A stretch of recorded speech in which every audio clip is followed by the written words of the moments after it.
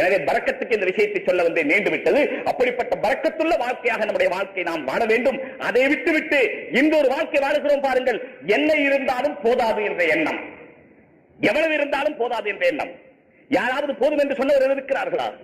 போதும் என்ற மனமே பொன் செய்யும் மருந்து என்று சொன்னவர் யார் என்று தெரியவில்லை.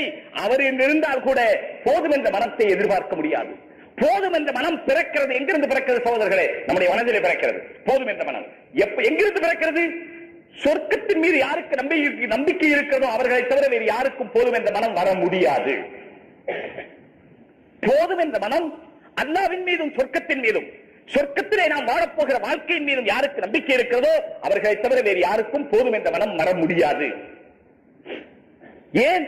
சொர்க்கத்திலே அல்லாஹ் தஆலா வைத்திருப்பதை யார் கொஞ்சமாவது நம்முடைய மூளைக்குள்ளே சொர்க்கம் வராது. ஏனென்றால் சொர்க்கம் வர முடியும், அது வருவதற்குரிய அளவு நமக்கு மூளை இல்லை.